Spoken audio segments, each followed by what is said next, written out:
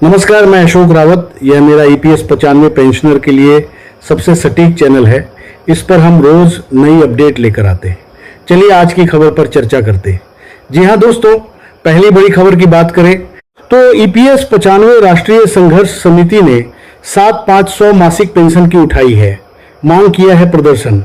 जी हाँ, तो दोस्तों आखिरकार एम्प्लॉय पेंशन स्कीम 95 के तहत नेशनल एजुकेशन कमेटी राष्ट्रीय संघर्ष समिति ने 7,500 की पेंशन को लेकर कौन सी मांग उठाई है और किस तरीके से आप सभी के लिए प्रदर्शन निकलकर सामने आ चुका है, इसके बारे में आज इस वीडियो के अंदर बात करेंगे। और साथ ही आप सभी के लिए बात करने वाले हैं EPS 95 पेंशन धारकों की।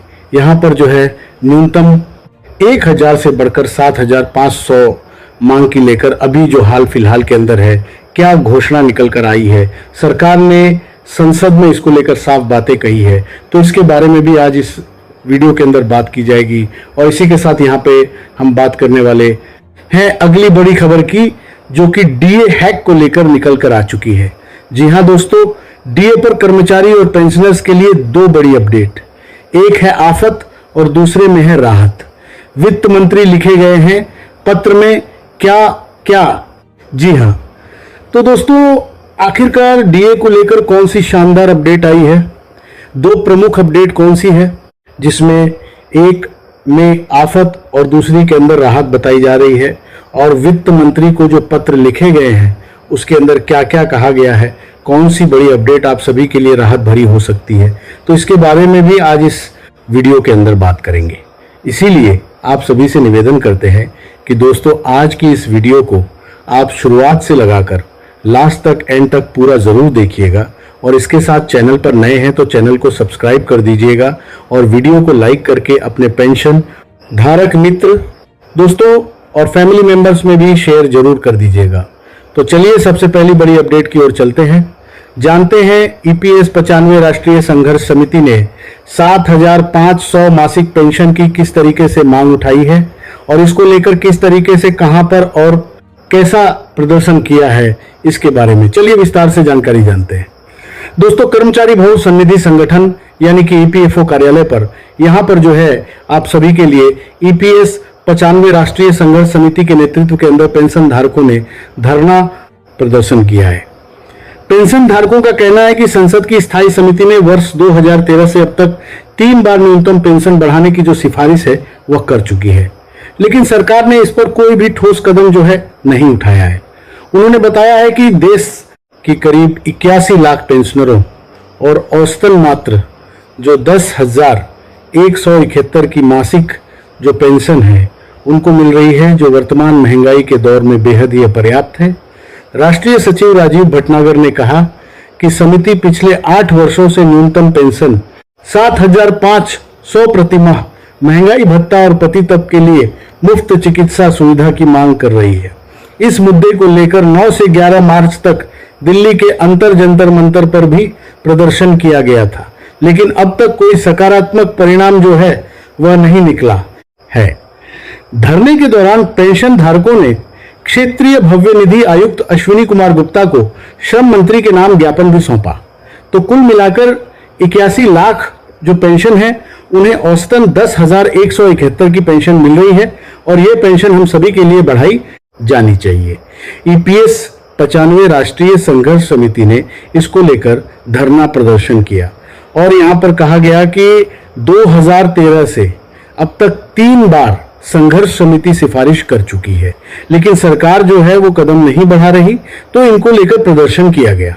सकारात्मक परिणाम नहीं देखने के कारण भविष्य निधि आयुक्त जो अश्विनी कुमार है उसको एक ज्ञापन सौंपा गया, जो कि श्रम मंत्री के नाम के अंदर यह ज्ञापन आप सभी के लिए हालत किया गया और बाद गुडला पर बादिया नाम में फिलहाल में सौंपा गया। अब बात करते हैं कि EPS नडिफा पेंशन धारकों के लिए जो न्यूनतम पेंशन है उसे 1,000 से बढ़ाकर 7,500 करने की जो मांग तेज हुई है, लेकिन मार्च अप्रैल 2026 तक इसकी कोई वृद्धि की आधिकारिक घोषणा अभी तक नहीं आई है। सरकार ने संसद में स्पष्ट किया है कि फिलहाल पेंशन कैलकुलेशन के लिए 15 शून्य की सीमा को हटाना या बढ़ाने का कोई प्रस्ताव नहीं है और न्यूनतम पेंशन जो है वह 1000 ही बनी रहेगी। यह भी सरकार ने साफ किया है। तो अब हम बात करते हैं कि ईपीएस 95 पेंशन को लेकर नवीनतम अपडेट क्या है। देखिए, न्यूनतम पेंशन की स्थिति की बात करें तो वर्तमान में न्यूनतम पेंशन 1000 प्रतिमाह पर बनी हुई है। इसमें मांग और आंदोलन को देखें तो पेंशन भोगी संघ न्यूनतम पेंशन को 1000 से बढ़ाकर 7500 इसके साथ महंगाई भत्ता करने की मांग कर रहे हैं। लेकिन सरकार के रुख को अगर देखा जाए तो यहां पर श्रम मंत्रालय ने संसद में कहा कि पेंशन कोष की स्थिरता बनाए रखने के लिए अब तक कोई ठोस वृद्धि की योजना जो है यहां पर नहीं है। और संसद में सवाल को लेकर बात करें तो लगातार 10 वर्षों से कम पेंशन का मुद्दा जो है वो यहां पर जो है उठाया जा रहा है। लेकिन अभी तक अंतिम निर्णय यहां पर जो है लंबित ही बताया जा रहा है। कोई फिक्स फैसला सरकार जो है नहीं कर पाई है। इसको लेकर पेंशन धारकों के अंदर काफी रोष और नाराजगी देखने को मिला है। तो ये बहुत बड़ी खबर फिलहाल में अब सभी पेंशन धारकों के लिए निकलकर सामने आ चुकी है। इसी के साथ यहां पर हम बात करते हैं डीए हैक पर कर्मचारी पेंशनर्स के लिए 2 बड़े अपडेट। एक है आप और दूसरे में है रहत। वित्त मंत्री को लिखे गए पत्र में क्या कहा? जी हां दोस्तों, पिछले 15 सालों से कभी भी ऐसा नहीं हुआ कि जनवरी माह का जो भत्ता है उसकी बढ़ोतरी जो है अप्रैल माह तक जारी नहीं की गई हो। अप्रैल में इतने दिन बीत जाने के बावजूद भी महंगाई भत्ते की घोषणा नहीं की हो। ऐसा पिछले 15 वर्षों के अंदर नहीं हुआ है, अब जाकर हुआ है। तो इसको लेकर आप सभी के लिए बहुत बड़ी खबर आई है। दोस्तों, 8वें वेतन आयोग से पहले करीब यहां पर 49 लाख से ज्यादा केंद्रीय कर्मचारी और 68 लाख से भी ज्यादा पेंशनर्स को महंगाई भत्ते में बढ़ोतरी का इंतजार है। वित्तीय वर्ष 2025-26 के अंतिम डीए हैक का ऐलान जनवरी 2026 के अंदर होना था, जिसमें लगातार देरी हो रही है। जनवरी बीता, फरवरी बीता, मार्च बीता और अब अप्रैल भी जाने वाला है। अप्रैल के भी दिन बीत चुके हैं, लेकिन डीए हैक का ऐलान नहीं हुआ है। अब इस पर 2 बड़े अपडेट सामने आए हैं। इसकी घोषणा को देरी को लेकर जो आफत जैसा बताया जा रहा है, जबकि दूसरा बड़ा अपडेट है कि कर्मचारी संगठनों ने वित्त मंत्री निर्मला सीतारमण को इस संबंध में पत्र लिखे। यह अपडेट उम्मीद और राहत भरा आप सभी के लिए हो सकता है।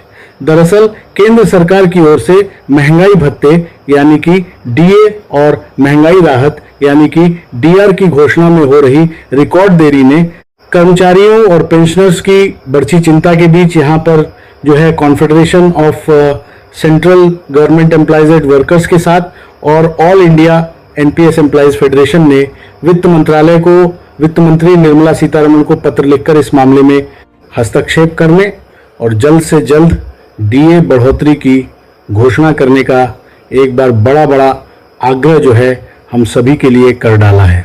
वहीं दोनों संगठनों ने पत्र के अंदर क्या लिखा है, तो all India NPS employees federation के अध्यक्ष मनजीत सिंह पटेल ने एनडीटीवी से बातचीत में बताया कि सरकार की ओर से उन्होंने वित्त मंत्री को लिखे गए एक पत्र के अंदर गंभीर बात की ओर इशारा किया है। उन्होंने कहा है कि इस देरी से कर्मचारियों को ये डर बैठ गया है कि यहां पर कहीं कोविड काल की तरह इस बार भी महंगाई भत्ता फ्रीज ना कर दिया जाए। इससे कर्मचारियों का मनोबल पर बुरा असर जो है वह पड़ सकता है। वहीं दूसरी ओर यहां पर हम सभी के लिए जो सीसीजी-सीजीएम के महासचिव एचबी यादव को पत्र लिखा गया, आमतौर पर उसमें कहा गया कि आमतौर पर जनवरी में डीओ डीआर की घोषणा मार्च के आखिरी हफ्ते तक हो जाती है और अप्रैल के पहले हफ्ते में 3 महीने का एरियर मिल जाता है। लेकिन इस बार तक घोषणा न होने से कर्मचारियों और पेंशन भोगियों के बीच के वादे को दर दिखाएगा, दर संग्रह को वादे को दार दिखाएगा कि वादे को दार दिखाएगा, पार्टी को दार दिखाएगा। अंदर भारी असंतोष और आशंका का माहौल है। मनजीत सिंह पटेल ने कहा कि 15 सालों से ऐसा नहीं हुआ है और इसके बीच में यहाँ पर जो है डीए और बढ़ोतरी जो अभी नहीं मिली है कर्मचारियों और पेंशन, उसको आशंका है कहीं फ्रीज ना हो जाए।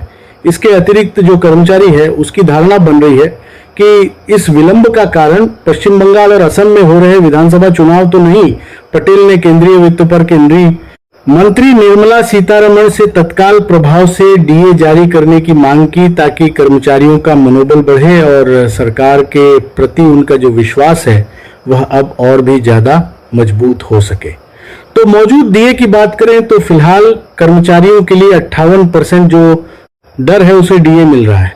2026 में 2% की बढ़ोतरी तय मानी जा रही है, जिसके बाद 60% तक ये पहुंच जाएगा।